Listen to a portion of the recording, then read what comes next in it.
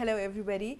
Thank you for tuning again into Sports Federation TV. I'm Nicole Sanders, and once again, I'll be your host. Tonight's show is jam-packed with 4 amazing sports. So we'll be taking a look at equestrian, rugby, cycling, and life-saving. First up in studio with me now is Nicole Sanders from Western Cape Equestrian. Welcome, Nicole. Thank you so much. Yes, thank you for joining us. Now, you've been involved with equestrian for many years. Yes, Hey. it's been for basically the last, I'd say, 20 odd years. 20 odd years. How did you get involved with this sport? It was basically for therapeutic purposes first off, and then I went into para dressage at a request of my coach, and it lost a bit of interest for me, and I decided to change sports and went into para reining. Tell us about para reining. It's a first for me as well. I'd love to hear more about it.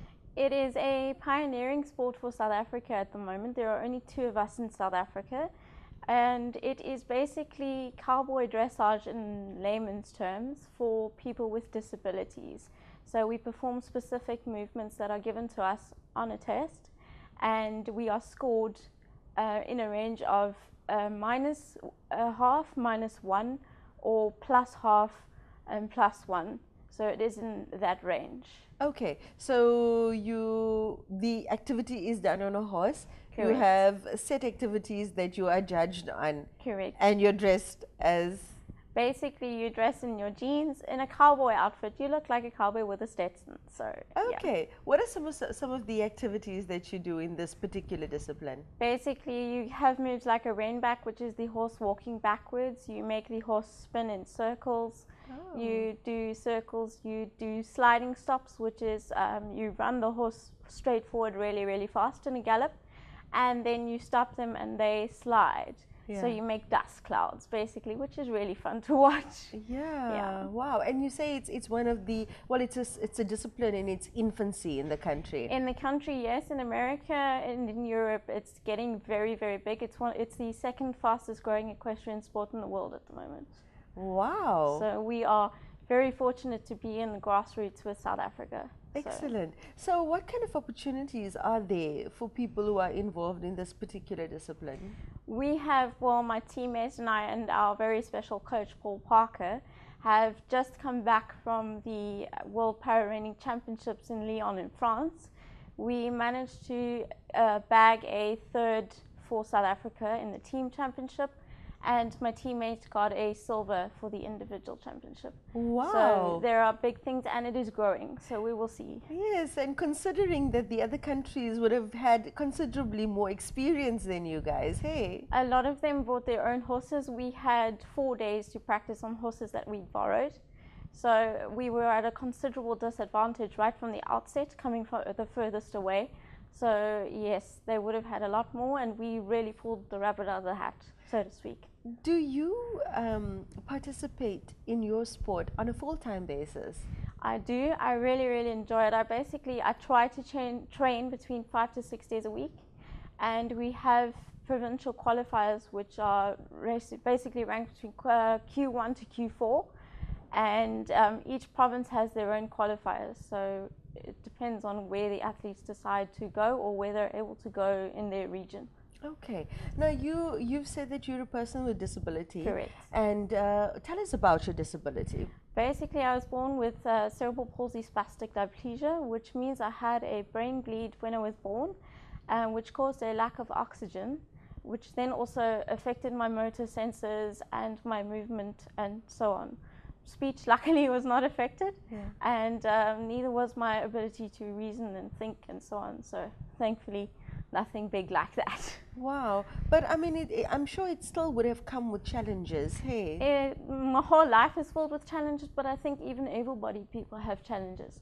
I think you've just got to take the challenge by the horns and go for it.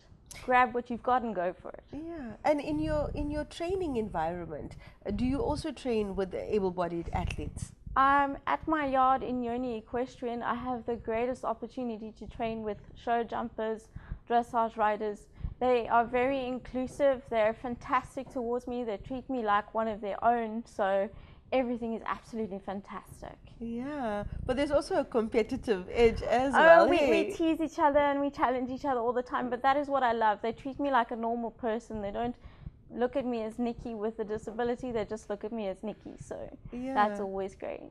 Now, in terms of traveling, I mean, like you've mentioned already, you had to borrow horses when you were at an international event. A kind of hurdle, pardon the pun, a huge one. That your international peers obviously don't have to deal with. What are some of the other challenges that you experience? Our biggest one being from South Africa, because most of the championships are so far away, is sponsorship. The moment you mention horses, especially for para, people think you mean that you've got a lot of money, which is not often the case with para, because we need such specialized horses. We need horses that are relaxed and are calm, and people are not often willing to give their horses up for para riders because they think we might just break them. That's the opinion that's often gone through in my experience. Obviously not for everybody, but for me. So it's a very difficult challenge to find the right horse to compete on, specifically because of our budget. We only have 4 or 5 days extra to see where we can find some horses. So the horses have to be bred with the right temperament and those kind of things. Thankfully, with the reining, we found quarter horses, which is a new thing for me as well. It's a very new sport for me. I've only been doing it for about 2 years plus.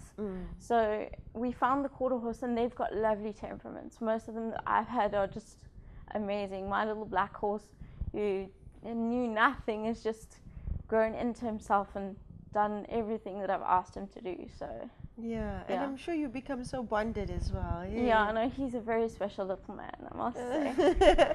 You look like you're gonna cry when you think about him. He's so special. So you know, I see you light up when you speak about your horse and your sport. You know, being an athlete, we all have these special bonds we have with our sport, with the tournaments that we participate in, but there's also kind of an intrinsic growth that you experience being involved with sport. Tell us about your journey. Oh, my journey's been one of tumultuous triumph and high highs and low lows. Let's put it that way. I've had the lowest lows, and I've managed to just pull rabbits out of the hat. It's been sport for me has been something that has got me out of very dark places. It has just inspired me to inspire others, and that's what I want to do. So it's just the most amazing thing, really. Is there any plans to get Cowboy Dressage into the Paralympic scene? I must just correct you there. Cowboy Dressage is a completely different sport. I'm sorry. So, just so that people don't get confused. But we are... Sorry, reining. Yes, para-reining, yes. We are hoping to see what we can do, but that will all depend on the international federation. So it will depend now on the world body, what they decide to do. So we'll see how that goes. So the highest level that you've competed at in your lifetime has been? This past tournament, the World Championships. Has been my highest, Tell us about the environment there and the type of people that you've met and the countries and cultures you were exposed to. The people were amazing. We were fortunate enough to lend horses from a stud called CM Quarter Horses near Grenoble in France. They were generous enough not to ask us for anything for the horses. They helped us with everything. They trucked the horses to and from the venue, which is nearly an hour and a half away. They were incredibly generous. They were with us all the time. The other sportsmen from the other countries, everybody was like a small family. It was just such an amazing feeling. It is electric going into that arena. It's just, you can't describe it unless you've actually been there and felt it. And it's every athlete's dream. It's just amazing. I would love to bring on more riders to see if we can take a bigger team to another World Championships or to a World Games or something, to see what we can do for other para-athletes who have struggled like me. That would really be absolutely amazing if we could do that. And tell us about your family and the role that they've played in your success as an athlete. My family, if it wasn't for them, I wouldn't be where I am, particularly my dad and my they're just absolutely amazing people. So, yeah. And it's fundamental to success in anything you do in life is having strong support, eh? Oh yeah, absolutely. They just, you need them. You need them, and you need good friends and people in your life, but you have to be strong in yourself. Yes. To But know also what you want being to do. involved in sport makes you resilient, eh? You need to be strong in yourself, Yes. but you also need to push other people, because in sport you've got to inspire. You can't just take, you've got to give back. So before you leave us, for those who are watching at home, those with disability, parents of children with disability who are not yet involved in sport, what would you say to them? Don't give up. Keep fighting. Just keep following your dreams. Some door will open somewhere. And there's so many sports, hey? There are so many sports, and even if it's one person, I mean, I have Paul Parker and I have my teammate Wendy Moller, who are just amazing people. Yes. And if it wasn't for them, we wouldn't have made world champs. So I think it's really amazing, and you've got to have those people and thank those people. Yes, gratitude. So yes, yeah. Always. But you will get there. Just keep pushing. Yes. Now, if people would like to be associated with your brand, or also support you in your future endeavors, or even just be involved with the sport, how can they get in touch with you? We have a web page. I have a personal web page called Nicoles Journey 2016 and beyond. Then there's also Western Reining and Performance Horse, which is our national body. You can contact them. I am on the board, so if any para riders want to contact me through there, they can do that.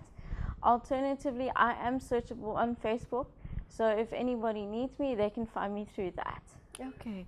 It was an absolute pleasure meeting you, Nicole. Thank you so much, Lynn. I really appreciate the opportunity. And we wish you all the best. Thank and you. Have a wonderful festive. You as well. And bring home the gold at your next tournaments. Thank you so much for the opportunity. Appreciate it. You're welcome.